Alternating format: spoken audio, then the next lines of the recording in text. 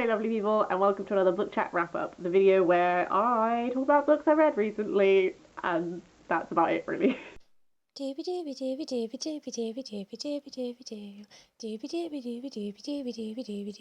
vlogs.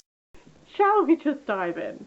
I've got a fair few to talk about this week, so I'm going to try and be concise.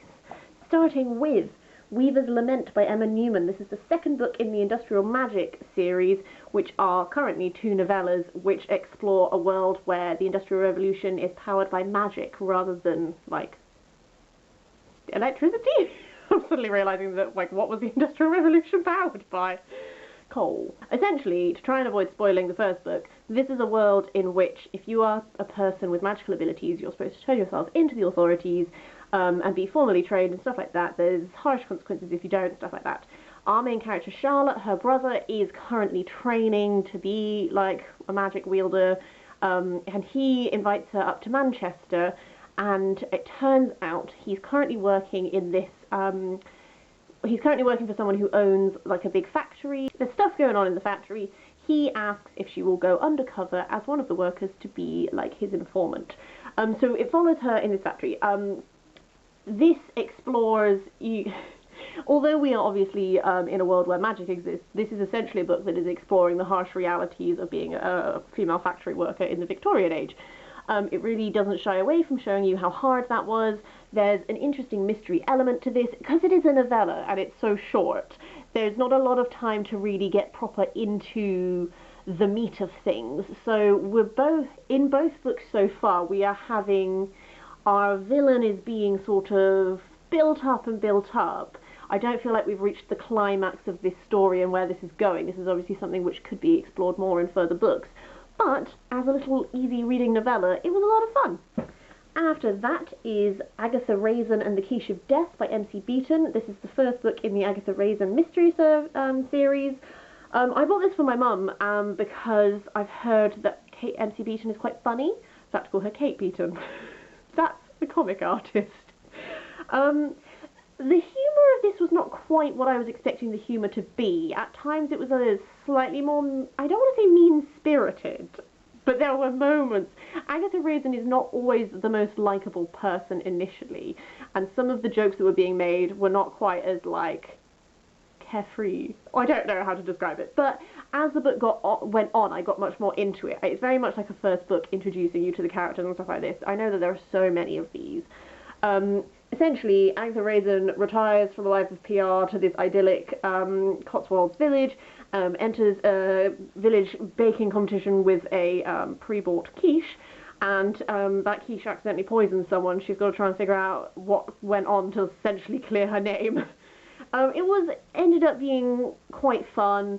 I don't know if I'll be reading any more. I think if my mum bought more, I would read them. I don't know if I will be actively buying more myself to read, but it was a fun element of mystery. I think one thing as well is that I sort of guessed what happened at a certain point and then had to wait for things to catch up with me a little bit.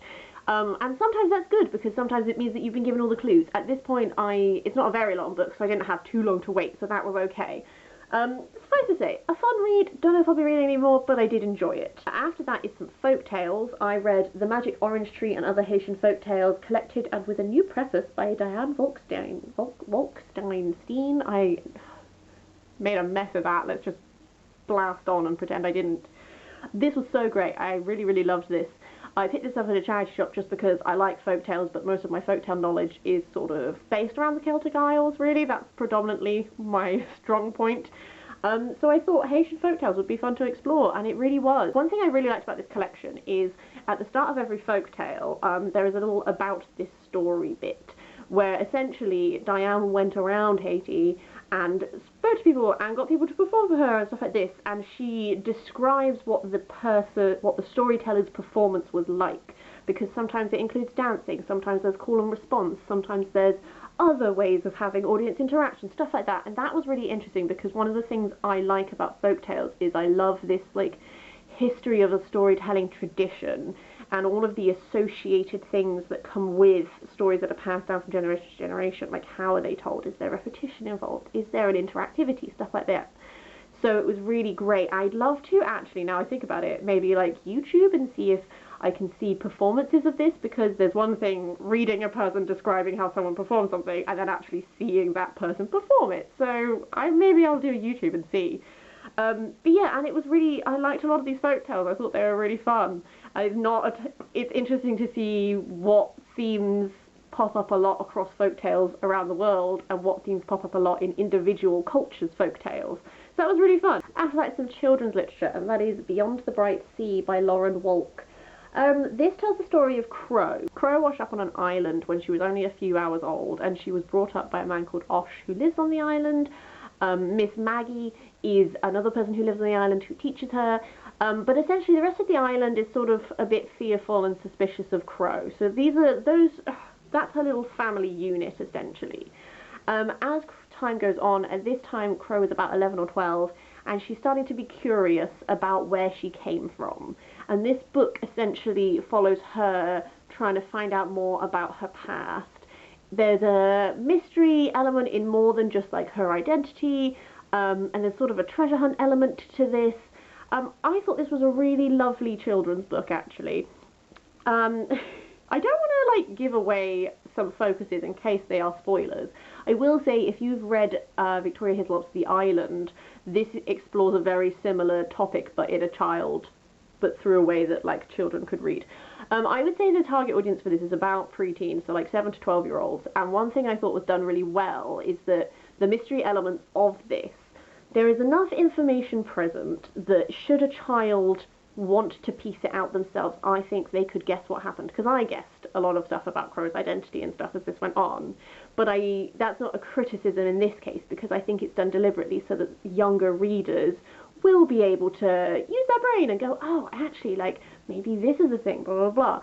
And I thought that was I think that was done very well for the age at which it's targeted at.